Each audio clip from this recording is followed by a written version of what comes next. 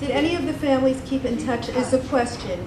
The two families that were up in the pigsty, my family and the Kindler family, who eventually ended up in Israel, we have kept in touch throughout the years. We have gone to each other's weddings and funerals. This guy was very hard to track down, and thanks to the internet, I found him 2 years ago. And fortunately, we were able to arrange that little reunion with other survivors. But I probably wouldn't have been able to do it if it weren't for the internet. So Sam, what is it like seeing the house now in this documentary? It looks worse than it looked then. No, I'm joking. But as far as the people where they say they knew about it, but they kept quiet, I don't believe that. I think maybe somebody suspected that people would have known, because a secret cannot be kept a secret. You know that. Nobody. You tell one person a secret, it's gone. And we would have been gone if they knew about it. They're just saying that afterwards, yeah, we knew about it. That's all, you know, speculation.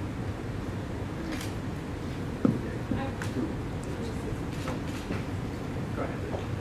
You mentioned that they said you gave 30 people from Sokol survived, and this is a story of 15 of them. How about the other 15? What happened? Were they hidden also? That's kind of been my little side project in recent years, trying to track down the other 15. I have found a few of them, one in Sydney, Australia. He worked with my great uncle at the train station in Sokol and managed to flee. He jumped off one of the trains that was going to the Belzec extermination camp and hid out in another town as a teenager. Another little boy was taken in by Jehovah's Witnesses and raised by them, found by Dr. Kindler after the war, and Dr. Kindler adopted him for a few years. Today he lives in Florida. Another one of the Floridian Sokolites. I was at the San Antonio Jewish Film Festival a couple months ago, where I met a woman who told me her mother had been one of the 30 survivors. She passed away in 1992, but she was one of the 30, the only one of 8 siblings to survive the war. I can't recall offhand, but there are another 1 or 2 whose stories I have found, but I think some of them may have died. My question is for Sam. When did you tell your own children this story? You said you have 4 children? I can't hear. You have 4 children of your own. When did you tell them the story of your experience? My story? I mean, how we survived? How it, yeah, well, it was a little different, you know. Yes, we came to Francesca Halmayova when the ghetto was eliminated. After the ghetto was eliminated, probably, I would say 2 to 4 days. I was saved first by just a coincidence, and then my mother was hidden in the ghetto in our house, and my dad went back at night to get her, and the second night he went back to get my grandmother. My grandmother was gone already. She must have fallen asleep and snored or something. Somebody heard her, and she was gone.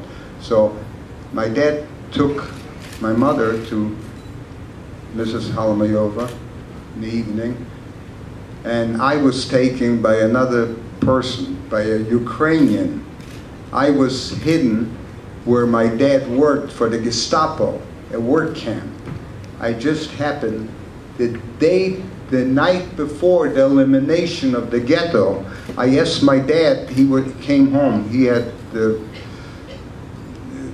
was able to come and go because he worked for the Gestapo, and the Gestapo sort of liked him. He was a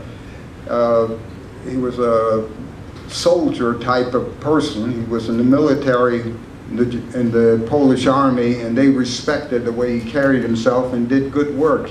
He was the Germans called him a Kunstmaler. He could paint murals. He was a painter, but more distinct murals he could do. So the Germans liked him. They gave him leeway to go. And when he came home that one evening, he brought us food. I asked him to go. That was only the second time during the ghetto that I asked him to take me with him, so I would sleep with him at the workplace. at the work camp. And the next morning we got up, and the ghetto was surrounded, and it was the end of the ghetto. So I was hidden in the work camp. They pulled me over a wall and walked me to the Halamayova in the evening. And I think the question, I think the other part was, when did you tell when or have you told your own children this story? Oh, I really didn't talk much about it. Not that was, you know, kept the secret, but they're not good memories. And I don't, you know, when my parents were alive, we would talk sometimes about it, but to the children, really, they knew, but it's difficult for them to really realize the trauma and the difficulties and that we went through. I mean, how many people survived the whole city? How many children? You know, probably, I think it was only the four of us, I mean, that was hidden at the Halamayova. So it's, to talk a lot about it it's not pleasant. It's going back in time anyway, and not pleasant memories, so I never really spoke much about it.